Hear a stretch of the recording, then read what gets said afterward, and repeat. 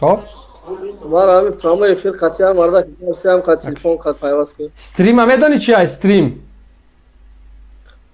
تا پایواز کن اما خطا دست خود نشان نداشت خود ما را نشان دست آی خدا واتساپ در استودیوی ما واتساپ توسط ویدیو پیوست نمیشود. خب گرفتی؟ برای شما با ویدیو در استودیو پیوست شوید من در زیر این نوار یک لینک گذاشتم یک سیلکه گذاشتم داخلی اون میشی ترا میبره یک سایت به نام استریم. آکا گپ بسیاری آکا گپ زیاد نکن گوش که تا آخر گوش کن ما را گوش کسی نکن. خب ما یک شهروندی تاجیکستان شهروندی حقیقی شروع یک صورتی خوش رو بگیرید. گوش که آکا خب شما نسبت دولت نسبت حکومت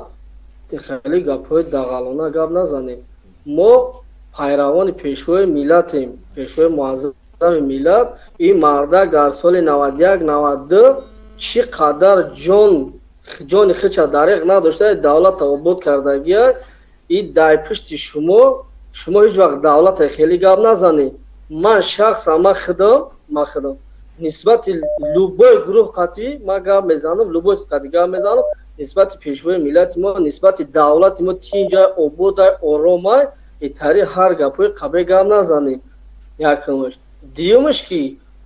هر یک شهروند یگان دولتی که از روی دنیا در سال 2021-22 یگان دولت تین نیست نکی تاجیکستان یگانه دولتی است که تینج آرام و آباد در اور چانسومه صاحب دولت صاحب استقلالیت بیا خیلی زیاد گپ نزن. استقلالیت یعنی چی؟ هم مفهوم استقلالیت کی با دست آورد برای ما؟ استقلالیت از شما نتاری آدمای گمراه به سر آوردگین که شما دغلانه گپ میزنه با دو کسی نخیلی رنگ خود دوری یک از دیگر با نتاری گمراه میکنه که دولت تاکو مرا نگاه کن اگر خود یا دقیقه صبر کن ای گوش کوخی ای کلخوزه دقیقه صبر کن این مردک پیشوی میل اگر مرا گوش داری ولی صدای خود در افیر نیست گوش کن. اگر بخوای که زینه با زینه رو وارد بحث شویم سوال میتیس جواب تا میگیری سوال میتم جواب ما میگیریم تاری که رنگ یک نمیدونم لنتای رفته شده جناب والی گاری نه بفوچم بخورمش تاری این پونت فرانت شما نمیگذره. خب برام میشنوی گوش که مردک گوش که آخه تو مرا مردکی ناموزون ولی تو گپ زدی مسئله استقلالیت ده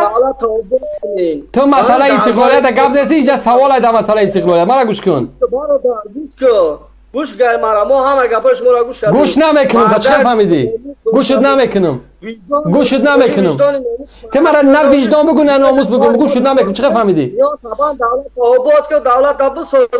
تو سوالی مرا اون جواب ته وقتی میخوای وارد بحث شوی زینه با زنده میرنگی سگ میبروی همه که میبروی نه تو در مسئله استقلالیت گپ میزنی برای من مفهوم استقلالیت بگو یعنی زیر اعلامیه استقلالیت کی امضا گذاشته استقلالیت مالی کی ها بود کو جواب ته استقلالیت مال دولت تاجیک بود کی زیر اعلامیه استقلالیت کی امضا گذاشته است لایحه استقلالیت کی پیشنهاد کرده است کو جواب ته با پهلوانی پیشوای ملت اما بیزارم ای تو بری چوپلوسا ما بیزارم از او بری که فلانی رحمان و فامیل زن میگردی مردگوی نیست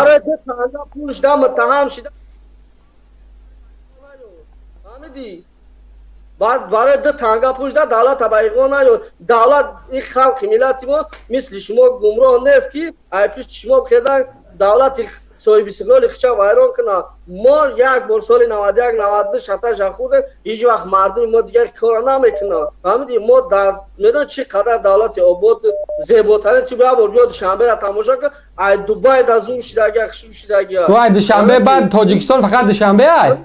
ای دوشنبه بیرون برو کو یک دوشنبه بیرون کو یک وحدت برو مکتبا شبین تمام شهر نویاش دبگرد تمام دولت افغانستان نخشور شده گرد ندیده میایی من خیلی هر گپی زیادی که میزنه چی در کاره هم گپی زیادی مردک خیلی نمیشه مردک وجدان میان همه بندن ننگ ناموس میکنم یا برای پیشوی ملت بود همه استاین مردک گوری دولت آباد میکنن خیلی برای دو تنگا به ناموسی کردن نمیره کیم دولت دیگه گردانه ایدور رنگ همین دزدوری گپ زنه گپ نیتو گپ زنه بیا مردی بیا گابزا کان کرد بیا دولت میاد تبان دو چی که پای ده تانگا پولش ده ناموس نداره وجدان نداره شما چخیلی گوره شما چخیلی مردکین شما مردکی تری نمیشه مردک با ناموس میشه با وجدان میشه تو کیرا جنگ میدازی پدر مادر اختا جنگ میدازی اکا دادر اختا جنگ میدازی اپا خور اختا جنگ میدازی در همین تاجیکستان کی زندگی میکنن خارخم زندگی میکنه اکا دادر پدر مادر ایزا نمیکشی این میگم مومین برادر مومین همه بنده خدا تو خیلی دولت اختا تو با خیلی کار میری ای با ما وجدانم نمیبرد شما خیلی گپ میزنیم فهمیدی مرده خدمت نزنه باید خلاص تمام کردی دولت مسلمان رو اختم با مسلمان نیستی مسلمان باشی هیچ وقت دولت مسلمان اخیر داخل جنگ نمیدازی خلاص کردی فهمیدی مسلمان باید مسلمان حقیقی باشه خلاص فهمیدی خلاص خلاص نه ما میدون چی قرار مرا وجدان بگو همه گپا تا بگو کی با نگویی که مرا نمودی گپ زنی هر گپی داری بگو بیا من گوشت میکنم بگو نه گپ زیادی گپ نزاو دولت ایتری نوتی نکو دولت ما چی قرار دولت اول قدرت شده گیر بگو همه گپا تا بگو تمام کردی همه نه یا خیلی گپ نزنین مرده که تو اخیر گوش کو گوش کردی موقع گپ زدم گوشت کردم گوش کو مرده باشی وجدان داشته باشی کو بیا آخر بار مدت روشه دولت آباد کن خودت چیکاره که من در بر روز بشم چیکار کردی وزیر چیکار میکنی خودت من خودم کارگر دولت در کجا کار میکنی من خودم در کارخانه روی آهن کار میکنم همین زمانه ده چیکار میکنی در روی آهن چیکار میکنی زیاد میگذره فهمیدی در روی آهن چیکار میکنی در روی آهن من کارگر مقامات کدام مقامات مقامات وزارت نقلیات خب به حیثی کی کار میکنی به حیث آبادی دولتم آخه یک وظیفه داری سرمحرری بوغالتری نه انجینری نمیدونم پروادنیکی کی تو ما دولت امت در شخص همه خودم برای پیشبرد زندگی جمعیت دولت برای خلق محنت میکنم دولت مرا هم معاش میده هم دولت مرا آباد میکنه چند معاش میده دولت برای تو چه؟ معاش چند پول است؟ معاش من 1500 سوم 1500 سوم؟ بله 1500 سوم چی زندگی داری تو؟ با 1500 سوم زندگی من 100% میگذره که بر زیاد با خوردن با پوشیدن با همش آخران بار که اگر همین تو واقعا 1500 سوم معاش میگیری من گوش کن صبر کن برادر آخه من نمیدونم یا کم ترک انسان بشه همون کبر و غرور داری پایان بکن گوش کن چون یک جا یک دیالوگ خوب بکنیم یا اینکه خب دیگه بیا خاموش کنم برو تو برای گوش نمیکنی مرا گوش کن تو میگی که 1500 من معاش میگیم درست بله فراری داری چی فراری داری فراری ما چو میکنم فراری لامبورگینی داری ما چیکارش مرسدس اس کلاس داری تویوتا لند کروزر داری گوش کن حالا بیا خیلی نه تو گوش کردی من گوش کردم سوالای مرا جواب ده گوش کن تو نه گپ زدی من گوش کردم اوکی گوش کن که 1 دقیقه نه 1 دقیقه صبر کن 1 دقیقه وقتی نه تو گپ زدی تحقیق هر چی کردی من گوش کردم مونیت 2 مینوت من گپ زدم با تو گپ زدم اوکی گوش کن خب نه فراری داری نه لند کروزر داری نه اس کلاس داری نه BMW پیتیورکا و شتیورکا داری لااقل یک 3 خانگی داری شکرانه خداست 4 در خانه با یک کلیدا داره 15 سوتیق زمین قطعی خب در یعنی غیر از اون خانه زمینی در شهر در دوشنبه خانه داری 1 هکتار باغ دارم او آرمان تو در دوشنبه خانه داری در دوشنبه وقتی که من در جای زیستم در شهر باختر من کار فعالیت میکنم در شهر باختر خانه دارم وقتی که وزیر نقلیات گفتی من در نقلیات کنم وزیر نقلیات کی است گوش گپی مرا وزیر نقلیات کی است گوش گپ مرا وزیر نقلیات کی است گوش که من سوالات جواب دادم تو سوال من جواب در راه آهن کار میکنی وزیر نقلیات کی است تو مرا فراری گفتی مرسدس گفتی تو مرا جای کار ما پرسیدن خلاص ما سوالت میتونم گوش گفی مرا بیا بگو بگو شما خانه خدا چکارایی من ژورنالیست روزنامه‌نگار تحلیلگر سیاستمدار عالم فیلسوف دانشمند گوش کن ها گوش کن ها خودت یک اغواگر خودت فیلسوف عالم میگیری عالم زبردست خودت میگیری فیلسوف میگیری خب خودت چی ملت تاجیکی هستی با فکر تاجیکی اوخیا اون رحمانوف چی ملت های گوش کن تاجیک تا خب من پس هم تاجیکم بیا بیا گوش کن انا گوش کن خودت نه با فکر روسی نه امریکانسی نه آلمانی نه خیتایی نه دیگر دولت نه ملت دیگر این خلاص برای چی نسبت دیگر دولت گام نمیزنی نسبت دولت خودت گام میزنی سوال من جواب ده دولت از ملت خودت فرق نمیکنی یا مفهوم دولت یک چیز دیگر است مفهوم ملت یک چیز دیگر است برادر خب من در مقابل ملت هیچگاه گپ نزدم در مقابل دولت هیچگاه گپ نزدم و یک چیز میگن حکومت یک چیز میگن ساختار میفهمی حالی قبل از اونه که اگر من خطیت داخل دیالوگ بحث شوم تو باید این مفهوم ها را بشناسی ملت چیز دولت چیز حکومت چیز سود چیز کنستیتوسیا عدالت یا را نمیدونی ای برادر مرا گوش کن گوش گرزگاه مرا گوش کسی خب گوش کن ما اینجا نسبت برای چی رفته سای نسبت برای شمار آدم ها گب رفته سای مقصد کی خلاصه کی شما همین کاراتون بس کنین ای پشتی کن دولت ملت دیگر شما امام علی رحمان پس نمیزنید فهمیدی شما امام علی رحمان پیشوای ملت شما پس نمیزنید شما خطونا پس بزنید فهمیدی رئیس رای آهن کی هست تو در رای آهن کار میکنی رئیسش کی هست میرزا علیف کامیل سرا کار چی با وزیر آهن گوش نرد ناموسی توجیکی خطا استفاده بر تو اگر ناموس داشته باشی با سر ملت خودت با سر برادر خودت با سر پدر خودت سنگ نمیزنی ملت یعنی چی ملت یعنی چی ملت شما چی میفهمین زری برای ملت چی است اویلای خطا در نزد یک از غیبت میکنی گوش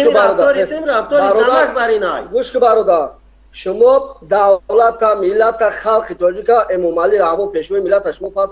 خودت خطا پس میزنی خطا بدنام میکنی که مرا فهمیدی خودت خطا پس میزنی خودت خطا بدنام میکنی او خود لبو قم میفهمی همی من چی واقعه بچه او من بفهمونم بود که برادر تو اشتباه میفهمی میگم برو از تجربه روزگار بهره میگم برو از تجربه با موضوع تو مرا میگی خودت خطا پس میزنی من میگم تو نامعقل کلاش کردی تو اشتباه میکنی تو نمیفهمی گپای مرا تو برای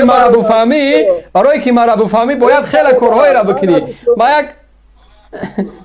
ای برادر گوش گه مرا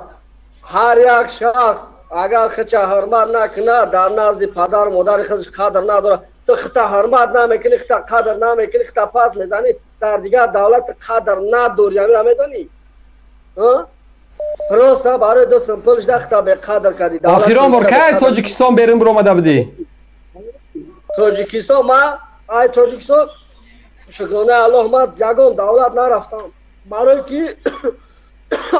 که در تاجیکستان کار و فعالیت دارم متخصصم برای دولت پیشبرد زندگی مملکتم برای آبادی مملکتم من زندگی میکنم سهم خودم میگذارم من نسبت من رنگ شماری آدمان نیست نسبت شماری نیست که برام دیگر دولت خیلی نسبت دولت خدمت گردم هیچ وقت نگاه کن من برای چی گفتم که من برای چی گفتم که باید لااقل آیا دقیقه گوش کن گپ زدی گوش کن صداش پس کن ما گپ نگیرم یک سعدی را برای شما سعدی یک غزل بسیار خوب میگه که سعدی میگه که بسیار سفر باید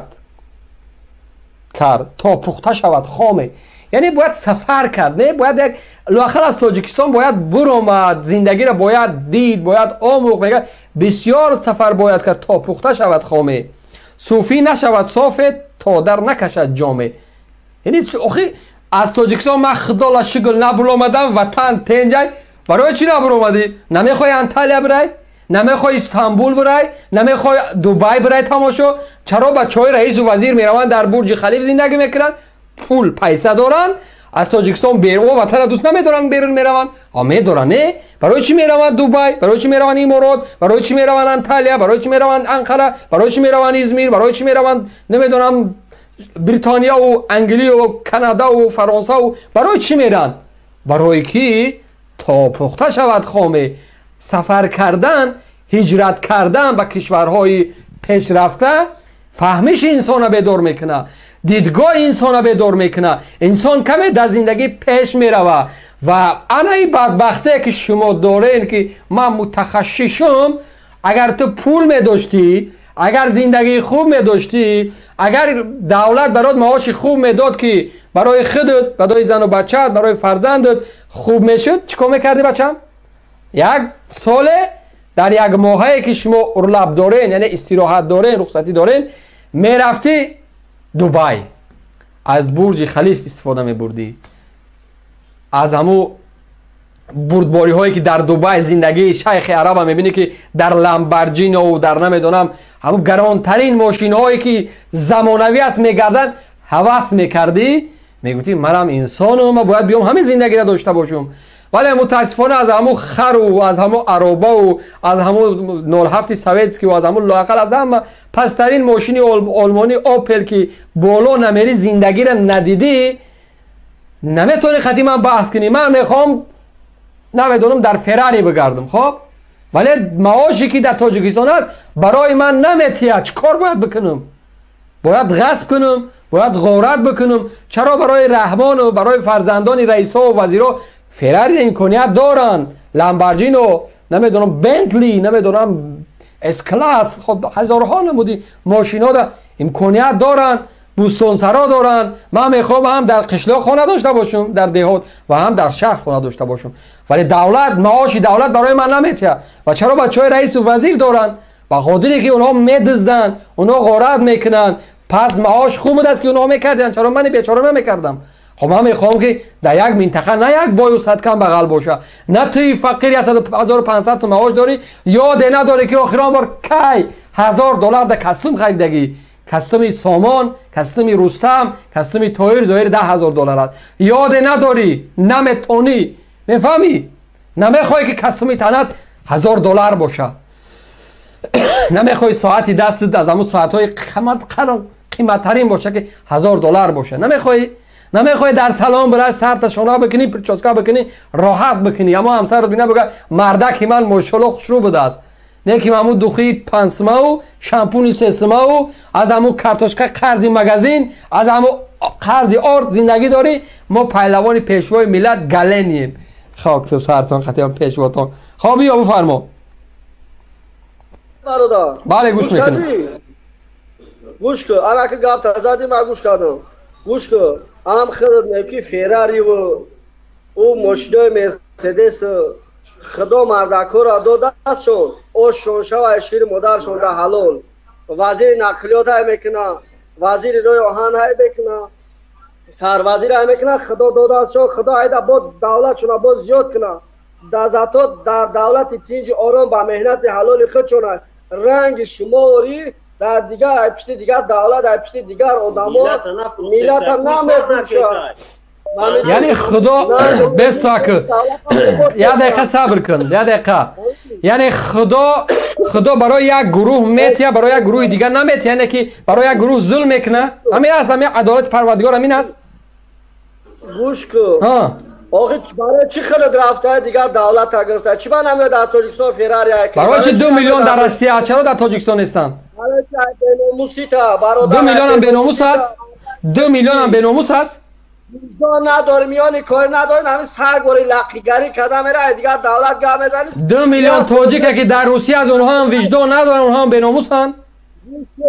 ما در تاجیکستان خودم در هم دولت خودم در 2 میلیون که در روسیه از وجدان نداره، بیناموس هست.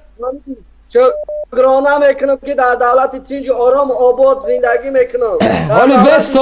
حالی بس کسی که از تاجیکستان خارج میره و بیناموس هست. دربار پیشوای ملت نخل راستی شده کمر میان میبندم دولت ما آباد میکنم به خدا همون شمشیر حضرت علی را میرسه تو سمپلی مردم همون شمشیر همون ذوالفقار حضرت علی را میرسه برای شما ای برادر تو ای ناموس که میزنی تو اول ناموس که بیا در وطن خودت کار کن 2 میلیون در روسیه کار میکنن و ناموس ندارن دنیا به ناموسی خدا نشان دیده که تو امروز همین قدر فرزندی به ناموس همین قدر لعنتی از کدام مادر تولد شده نمیدونم دیگه مرز گذاشتیم دیگه بکشه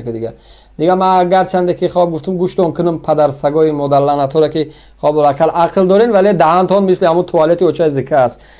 2 میلیون مهاجره که امروز در وطن کار نمیوه آنها به ناموسن هزارها تاجیک عکس یک بار دیگه بگذار ملت بشناسه که خب ما گپ میزنم در مقابل رژیم ولی 2 میلیون مظلومه که از این شما را مثل که به ناموس هستن نه مثل که به آر هستن بشناسین این سگورا این یو کسایی هستن که کونی رحمانوف میلسن ولی ما و توی مهاجر زندگی پس مظلومان که مجبور ما کرده است به ناموس هستیم نه خب